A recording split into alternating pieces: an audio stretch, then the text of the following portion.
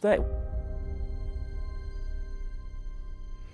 In the northern Indian state of Uttar Pradesh, the authorities have bulldozed the houses of several Muslims who were allegedly linked to the recent religious protests in the state.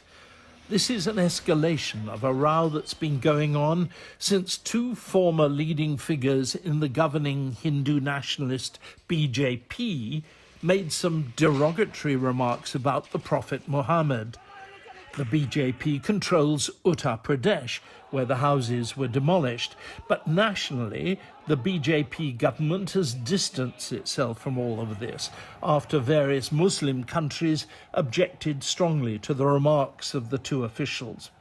How serious is this new threat to the always delicate Hindu-Muslim relationship in India?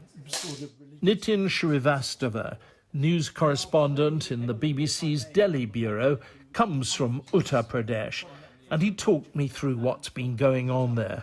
There are experts who believe, and there are people who have credible evidence who say that the society in India is now increasingly getting polarized, especially between the majority Hindus and the minority Muslims, who are more than 200 million in the country. The national party, the BJP party, the Hindu party, if you like, has actually sacked the two officials who made these supposedly derogatory comments about the Prophet Muhammad. So this is not nationally driven, is it? The ruling party in India, which is the right-wing BJP, has definitely taken action against its own office bearers.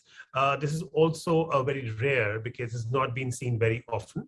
But yes, the fact remains that such sentiments have been there trending in the Indian social media landscape for quite some time. People say that divisions have been so stark that that people are afraid to come out, and only because some say that only because this time it was the Prophet Muhammad, that people decided to come out on the streets and start protesting, and that's when we have seen houses being demolished. How widespread has the destruction of property been? Demolition of property of people was so sudden, so swift, and that is what has sort of created a lot of questions, because there is a process wherein you alert somebody, you give notices, in this case of demolishing the properties of protesters, most of them Muslims.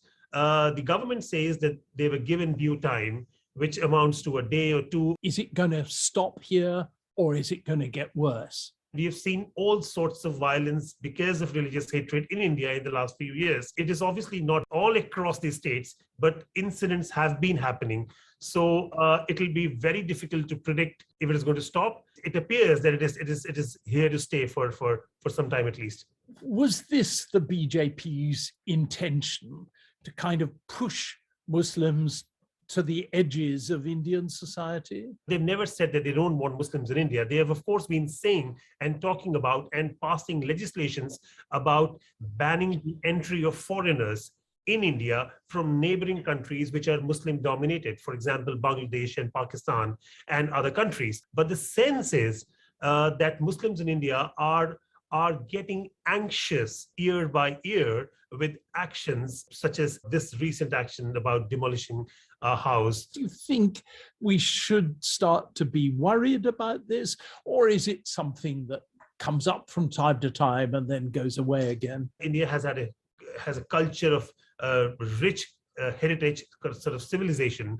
People from all walks of religions, all walks of life have coexisted together for ages and ages.